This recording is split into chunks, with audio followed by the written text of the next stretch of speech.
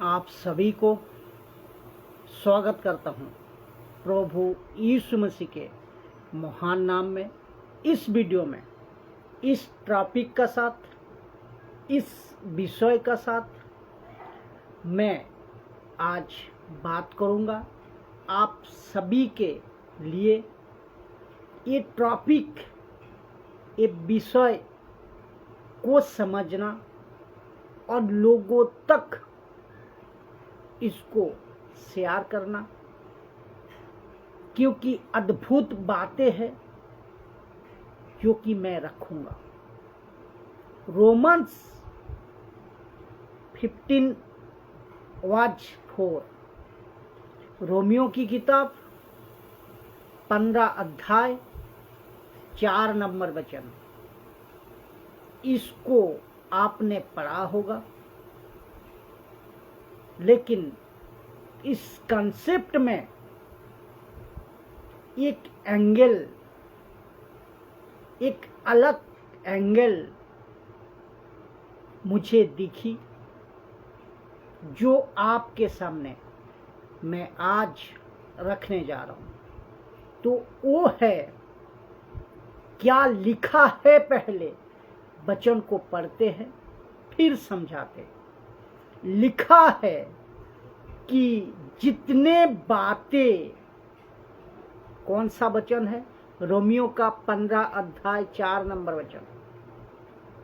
लिखा है कि जितनी बातें पहले से लिखी गई है वे हमारी ही शिक्षा के लिए लिखी गई है, कि हम धीरज और पवित्र शास्त्रों की शांति के द्वारा आशा रखे। और एक बार पढ़ता हूं। लिखा है कि जितनी बातें पहले से लिखी गई है वे हमारी ही शिक्षा के लिए लिखी गई है, कि हम धीरज और पवित्र शास्त्रों की शांति के द्वारा आशा रखे। ये पौलुस है जो कहते हैं कि जितनी बातें पहले से लिखी गई है, और लिखी इसीलिए गई है ताकि उन बातों से, जो शास्त्रों की बातें हैं, उससे हमें शिक्षा मिले। जिस मसीह समाज में आप और हम रहते हैं, आज ख्याल करिए, ध्यान देना, आज 90% ये परिस्थिति है कि बहुत लोग शिक्षा में आज नहीं है।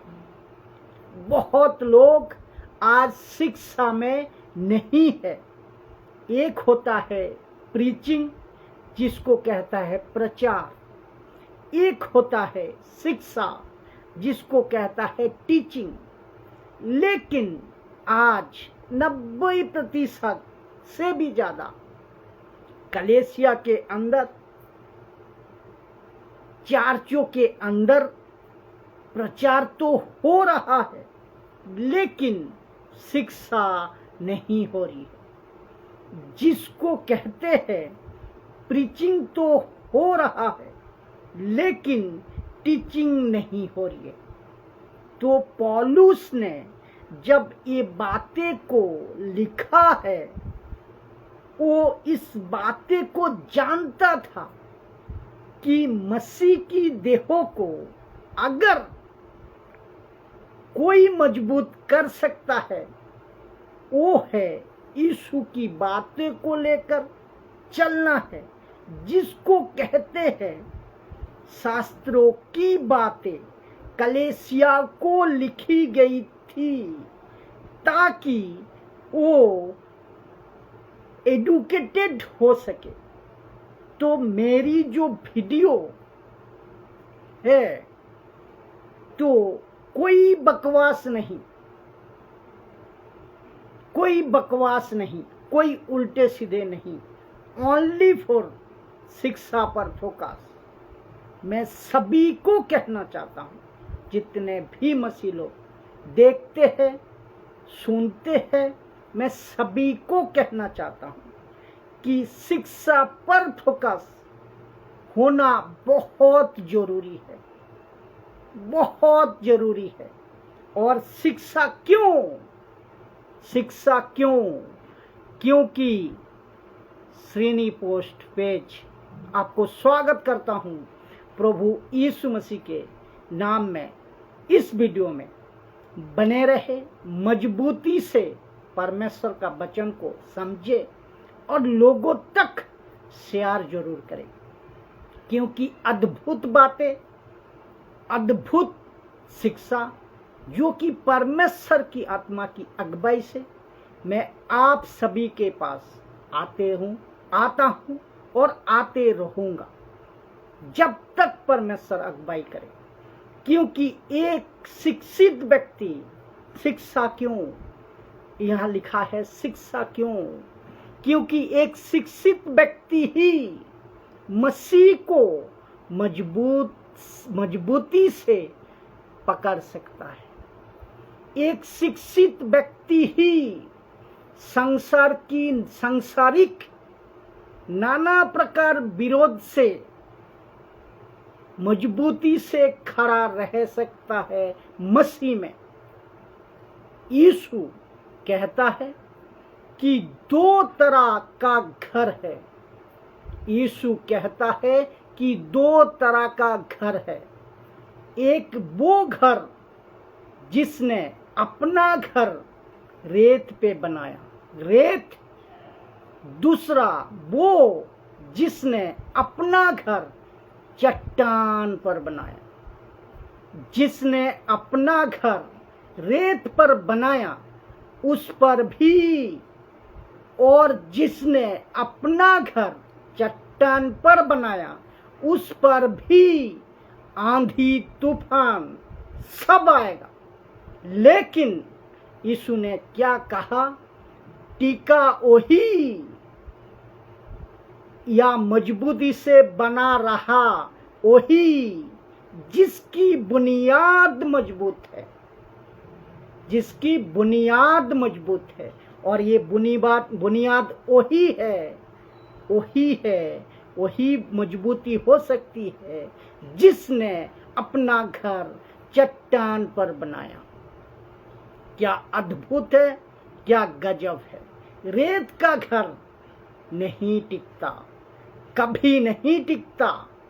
आज बहुत सारे विश्वासी, बहुत सारे पास्टर्स, और आप कहोगे, आप अभी आपका मन में ये विचार आ रही है, आप कह रहे हो ना कि आप दोष लगा रहे हो।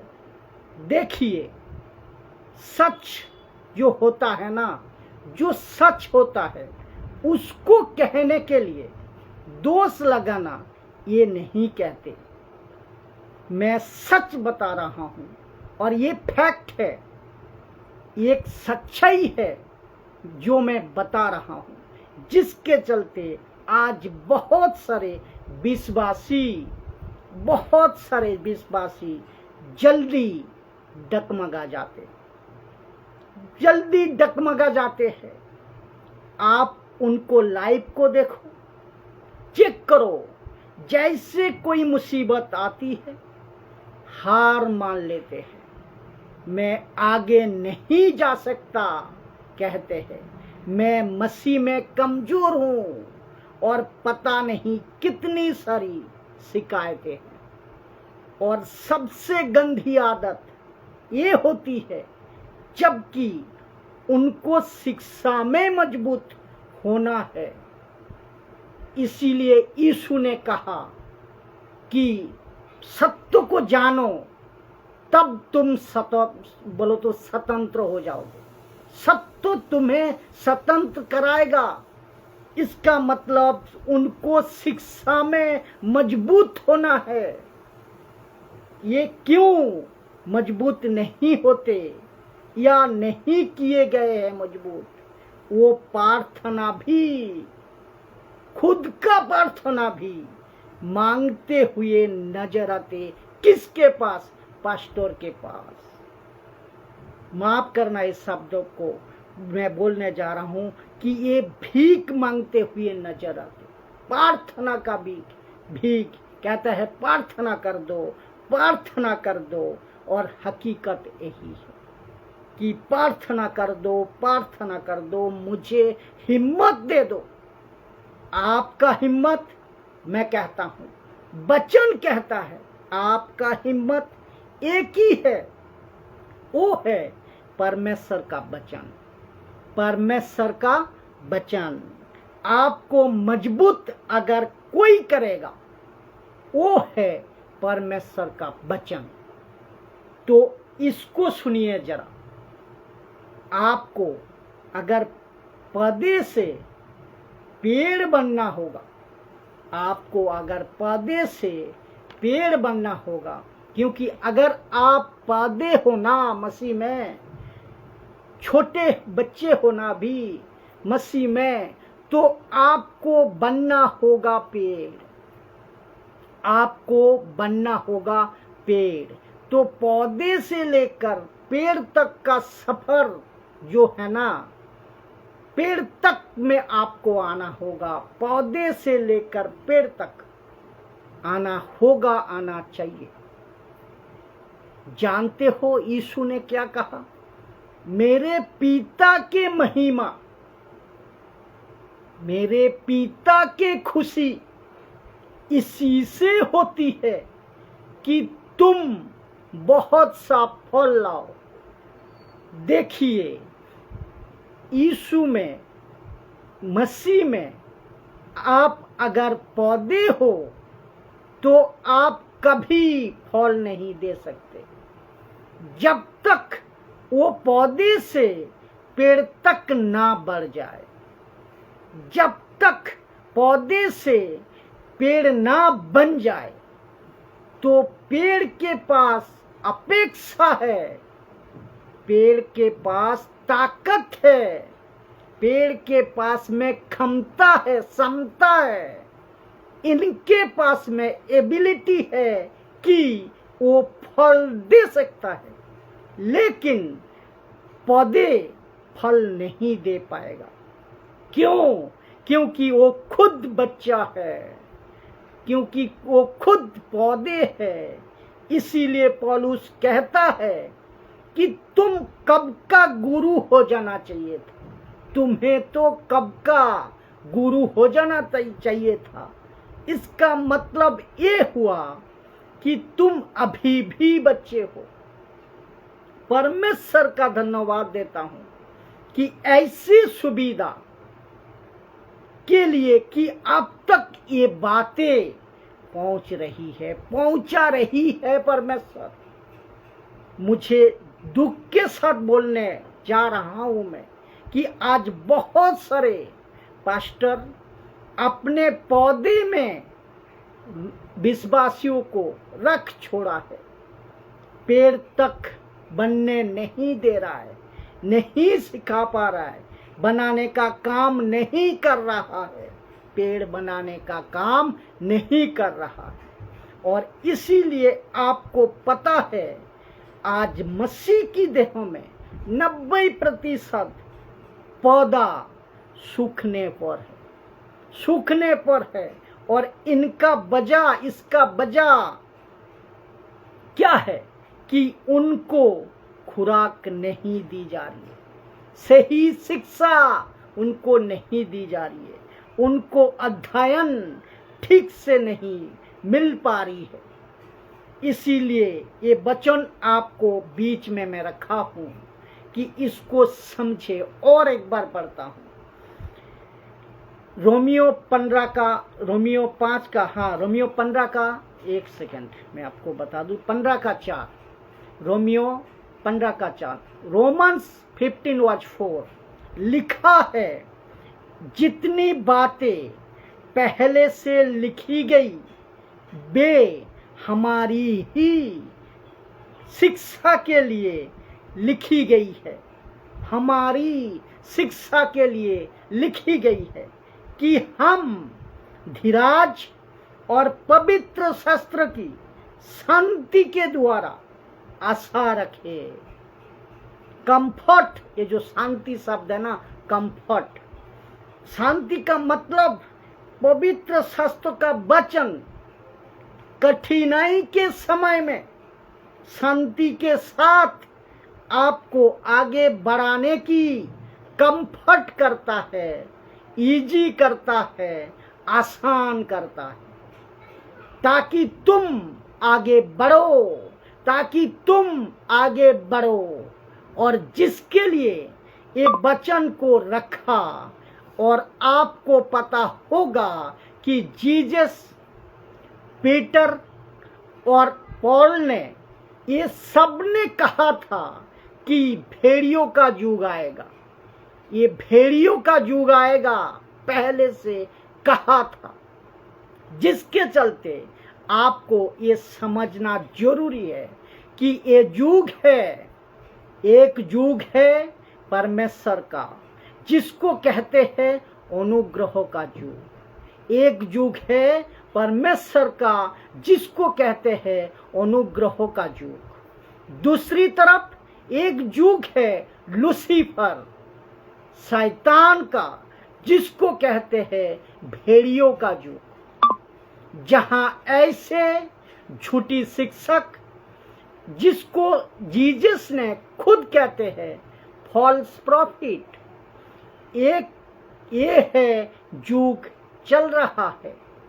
अगर आप मत्ती की किताब मैथ्यू 13:30, मत्ती की किताब 13 अध्याय 30 में को पढ़ोगे या पढ़ा होगा, वहां लिखा है कि वहां लिखा है कि दोनों एक साथ बढ़ेंगे। वहां लिखा है दोनों एक साथ बढ़ेंगे, एक अच्छा बीज और एक जंगली बीज, ये दोनों साथ में बढ़ेगा। और प्रभु कहता है मत काटो, अभी इसको मत काटो, क्योंकि काटोगे, वचन 29 में कहता है, 29 कहता है, अगर काटोगे तो तुम बुरे के साथ तुम अच्छा भी काटो। ये काटने का मतलब क्या है दोस्तों?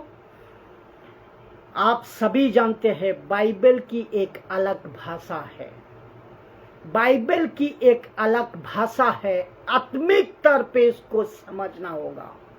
इसीलिए मैं हर समय कहता हूं, आत्मिक व्यक्ति ही आत्मिक बातें को समझता है। ये काटने का मतलब क्या है? ये काटने का मतलब है जगत को खत्म करना। अगर अभी जगत को खत्म कर दिया तो ये जो अच्छी बीज है ना, तो फिर ये अच्छी बीज कब पकेगा? इसके लिए परमेश्वर के पास में एक डेट, एक समय दुनिया को खत्म करने का वो है। ये युग दोनों चलता रहेगा, इसीलिए कहता है ये युग दोनों चलेगा। इसी युग में एक जंगली बीज, एक अच्छी बीज। और मुसीबत हमारी ये है कि हमको इसके बीच में रहना है, लेकिन जानते हो कैसे रहना है? सावधानी के साथ। इसीलिए जीसस ने कहा जागते रहो। पतरस ने कहता है जागते रहो, सतर्क रहो, चौकन्ना रहो, क्योंकि फाड़ने वाले भेड़िया जगत में है। तो आपको जब ये बात समझ आ गया, एक तरफ अनुग्रह का युग जिसको परमेश्वर का युग कहते हैं, दूसरी तरफ भेड़ियों का युग जिसको कहते हैं शैतान का, लूसीफर का। तो आपको जो माइंड सेटअप है, आपका जो माइंड सेटअप है ना, ये कुछ ऐसा होना चाहिए। कैसा मैं रखने जा रहा हूं। एक प्रचारक जो है ना, एक प्रचारक ऐसा होता है अनुग्रह और सच्चाई दोनों को बोलने वाला हो। मैं आपको बताता हूं क्या है। कुछ लोग कहते हैं कि खास करके नेता लोग, खास करके जो प्रीस्ट होता है और जो बाहर के रिलीजियंस के, जितने भी रिलीजियंस के, इन सभी के दिमाग में एक बात डाला गया है, और ये डाला गया है कि क्रिश्चियनिटी जो है ये बहुत शांति का धर्म है, ये बहुत प्यार करने वाला धर्म है। ये बात गलत नहीं है। हम आतंकवादियों को सपोर्ट नहीं करते, गलत कामों को सपोर्ट नहीं करते, ना बाइबल करती है ना हम करते हैं।